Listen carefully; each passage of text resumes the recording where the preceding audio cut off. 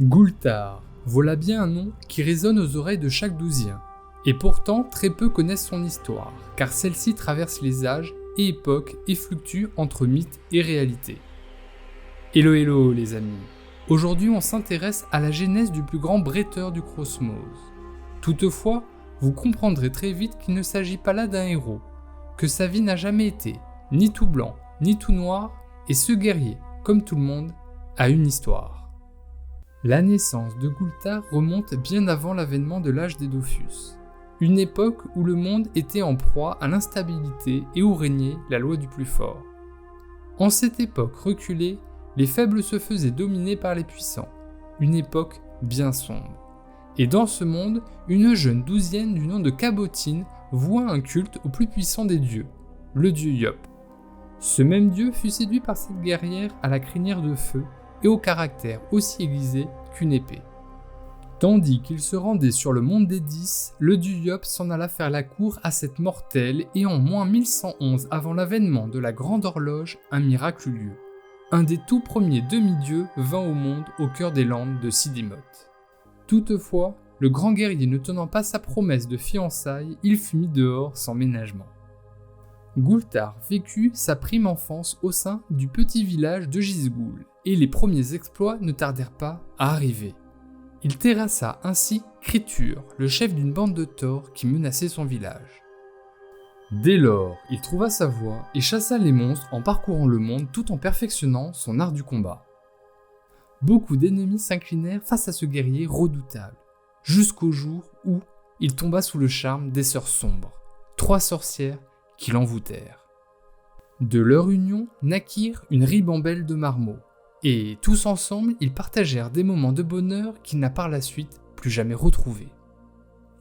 Alors qu'il aspirait au repos du guerrier, le terrible Cathare, guidé par le démon Médorosiam, frère de Rouchou, s'en alla trouver Gultar afin de le corrompre et en faire son outil de destruction. On pensait à jamais endormi sa fureur, à moins peut-être qu'on ne le touche en plein cœur.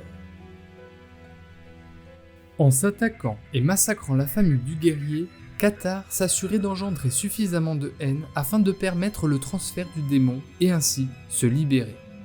En effet, Médorosiam se nourrit des sentiments négatifs et il profita de la détresse du Yop pour le posséder. Naquit ainsi de la plus triste des manières Gultar le maudit, Gultar le barbare. Le destin a ainsi transformé un héros en un terrible fléau. De ce combat, il se forgea Blade en assemblant une épée brisée à la chaîne qui avait servi au meurtre de sa famille. Ainsi, jamais il n'oubliera. Enfin, il récupéra Mâchoire sur le cadavre de Cathare qui deviendra plus tard la prison du chouchou Rubilax.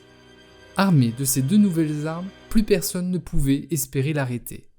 Bien que sous l'influence du démon, Gultar resta largement autonome. Nul ne peut contrôler aussi facilement le premier fils de Yop. Désormais gardien de son propre monde, où horreur, sang et folie se confondent, il deviendra un des plus grands fléaux d'Amakna. Dès lors, il portait bien des noms.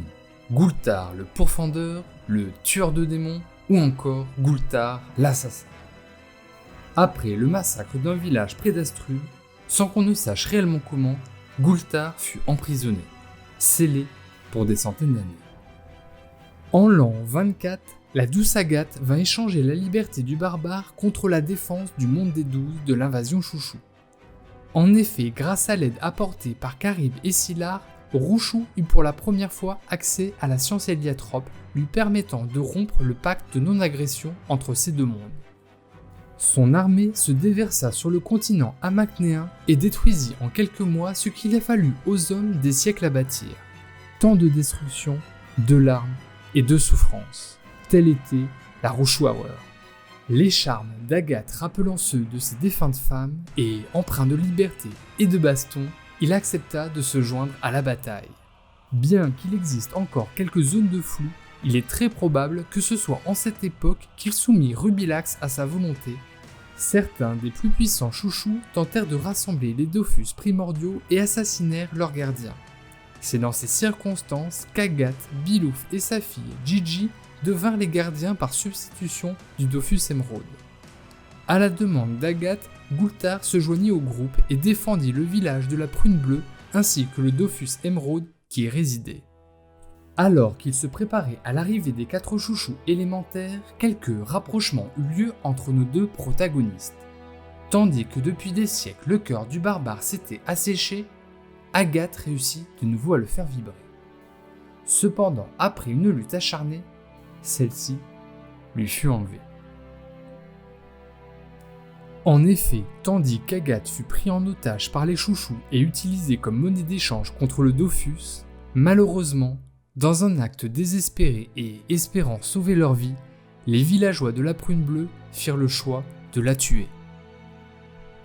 Alors que sa plaie commençait à se cicatriser, elle fut réouverte par la lâcheté des hommes qu'Agathe avait à cœur de protéger.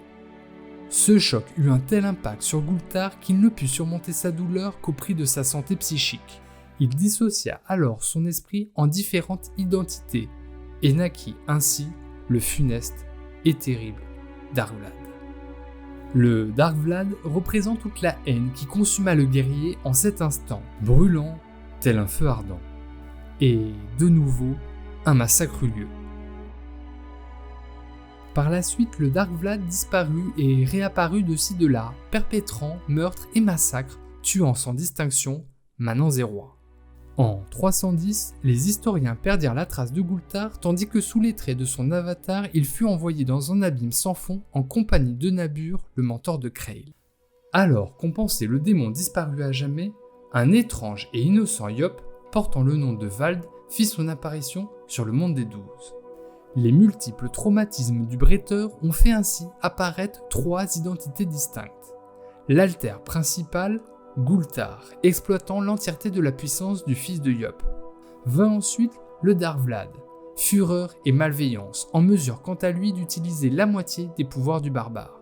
Et enfin, l'innocent Vald, limité seulement à 1/10 de la puissance du guerrier. C'est ainsi que furent créées les 3 personnalités qui ont permis à Goulthar de supporter son immortalité. Toutefois, sa légende est loin d'être terminée. Mais pour l'heure, cette saga s'arrête ici car l'histoire d'un être aussi exceptionnel ne peut être contée en un seul récit.